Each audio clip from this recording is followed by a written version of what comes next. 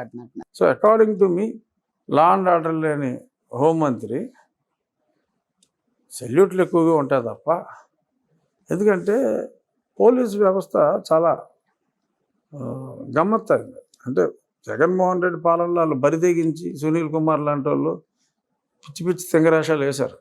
అలాంటి వాళ్ళు ఉన్నారు చాలామంది. కానీ అదర్వైజ్ ఈ పోలీస్ అనేది ఏంటంటే మనకి న్యాయ వ్యవస్థ ఉంది, చట్టాలు కొన్ని నిర్దేశించినాయి. సో దానికి వీళ్ళు ఇప్పుడు ఎక్కడో అన్యాయం జరిగిందండి, షూట్ చేసి పడేయచ్చు, ఎన్కౌంటర్ అని అనొచ్చు, కానీ అనలేరు.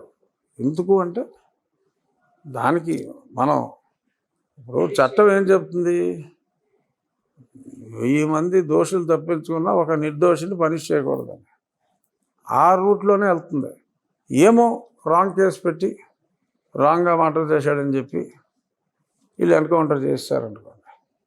సో అందుకని ఈ లీగల్గా there are various protections for the culprits. అలా లేకపోతే వీళ్ళు మంచి వాళ్ళని వేసేస్తారు. అలా ఉంటే చెడ్డోళ్ళు తప్పించుకుంటున్నారు అన్నది నిజం. అంటే మనకు దుబాయ్ లాంటి శిక్షలు లేవు, మన శిక్షా స్మృతి వేరు. So police has to strike A balance. ఒక పక్కన చట్టం with political system and with judiciary, at the same time law and ఆర్డర్కి విఘాతం రాకుండా ఉండాలి అంటే ఏం చేయాలి? ఇప్పుడు వీళ్ళు ఫోకస్ చేయవలసింది అన్యాయంగా ఇంకా పిల్లల్ని ఎత్తుకుపోతున్నారు. మొన్నే మంగళగిరిలో ఆడపిల్లల్ని ఎత్తుకుపోతున్నారు. These are all real crimes.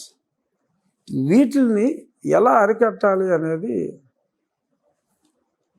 మనం ఎప్పుడో 40 సంవత్సరాల క్రితం చూసిన సినిమాల్లో కూడా ఉన్నాయి. ఈ చిన్నపిల్లల్ని తీసుకెళ్ళి కాళ్ళు కీళ్ళు ఇరిసేసి వాళ్ళతోటి బెగ్గింగ్ చేయించడం అనేది ఈ రోజుకి కంటిన్యూ అవుతుందంటే according to me the entire police system in the country is a failure in the country.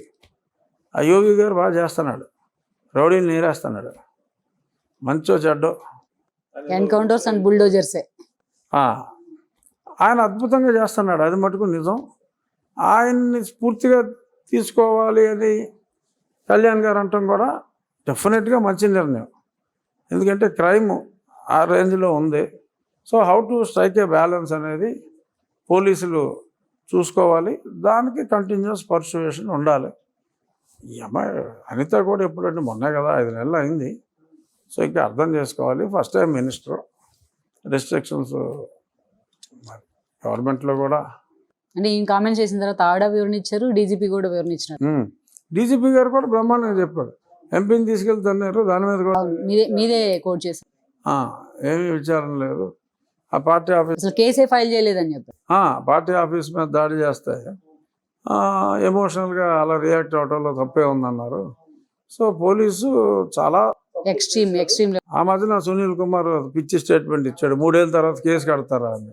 3 ఏళ్ళు ఏంట్రా, 30 ఏళ్ళు అయినా కడతామని చెప్పి నిన్న తిరుమలరావు బ్రహ్మాండంగా చెప్పారు. అంటే ఆ మాత్రం ఇంగిత జ్ఞానం లేని వాళ్ళు కూడా డీజీ ర్యాంక్ వచ్చేసారు సునీల్ కుమార్ లాగా.